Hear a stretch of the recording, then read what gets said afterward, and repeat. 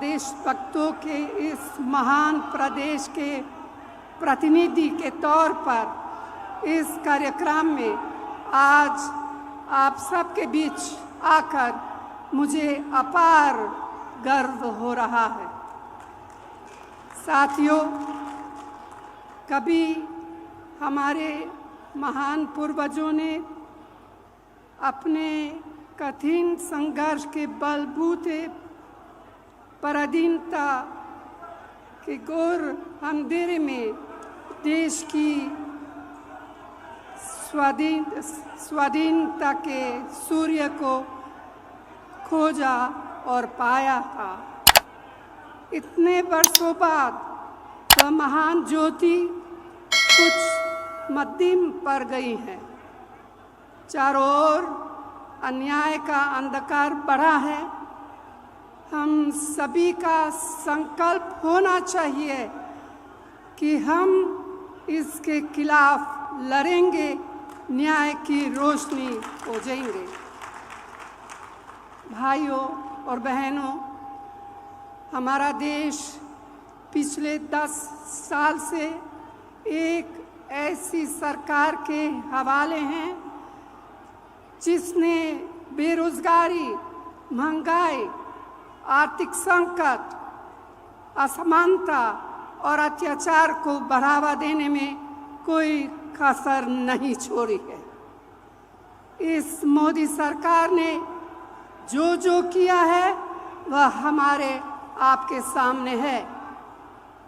इसीलिए यह समय हताशा से भरा हुआ है, लेकिन जान लीजिए कि हताशा के साथ ही उम्मीद का भी जन्म होता है।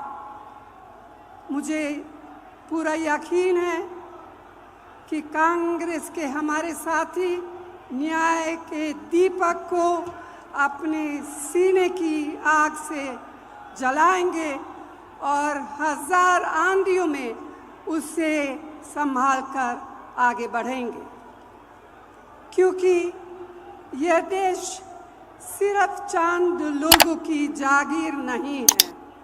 यह देश हम सब का है। इसे हमारे पुरखों ने अपने खून से सींचा है।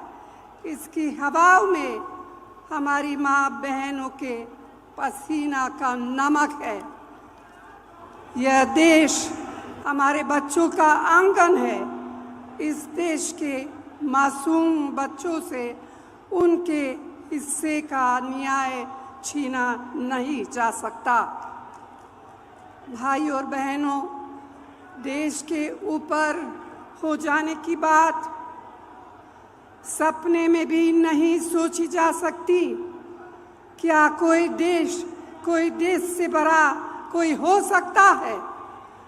जो ऐसा सोचता है, देश की जनता, मेरी प्यारी बहनें, नौजवान, किसान, मजदूर, आदिवासी उसे सबक सिखा देते हैं। दुर्भाग्य से आज हमारे देश में ऐसे नेता सत्ता में विराजमान हैं। मोदी जी खुद को महान मानकर देश और लोकतंत्र की मर्यादा का चिढ़ारण कर रहे हैं। विपक्षी नेताओं को डराने, धमकाने, भाजपा में शामिल कराने के लिए तरह तरह के हथकंडे अपनाए जा रहे हैं। तो भाइयों और बहनों, आज हमारे देश का लोकतंत्र खतरे में है।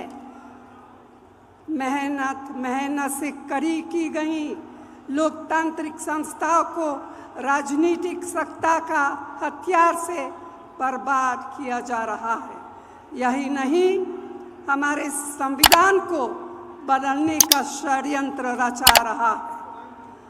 पूरे तंत्र में भय बताया जा रहा है। यह सब क्या है? ये तो तानाशाही है और हम सब इस तानाशाही का जवाब देंगे। आज रोज की कमाई से खाने पीने का सामान तक जुटा पाने मुश्किल है। मेहनतकश कामगार के परिश्रम का मोल कम होता जा रहा है। रसोई की महंगाई बार बार मेरी बहनों की अग्नि परीक्षा ले रही है। किसानों और मध्यम वर्गीय परिवारों के बच्चियां बेरोजगार हैं। गरीब जितना जोर लगा ले उसके पास शक्ति, सफलता और रोशनी पहुंच नहीं पा रही है। साथियों, आज देश महान जनता का आपकी जागरूकता का रास्ता देख रहा है। इसीलिए भारतीय राष्ट्रीय कांग्रेस ने अपने न्याय घोषणा पत्र को 5 हिस्सों में बांटा है, जिसका लोकार्पण अभी अभी हुआ और जिसके बारे में प्रियंका ने विस्तार से आपको बताया है।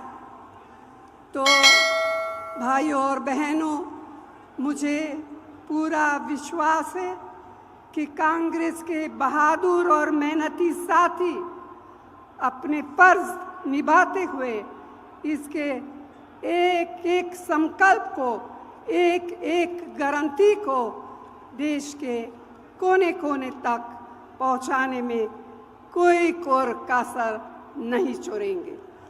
आप सबको यहाँ आने के लिए दिल से बहुत बहुत धन्यवाद। जय हिंद।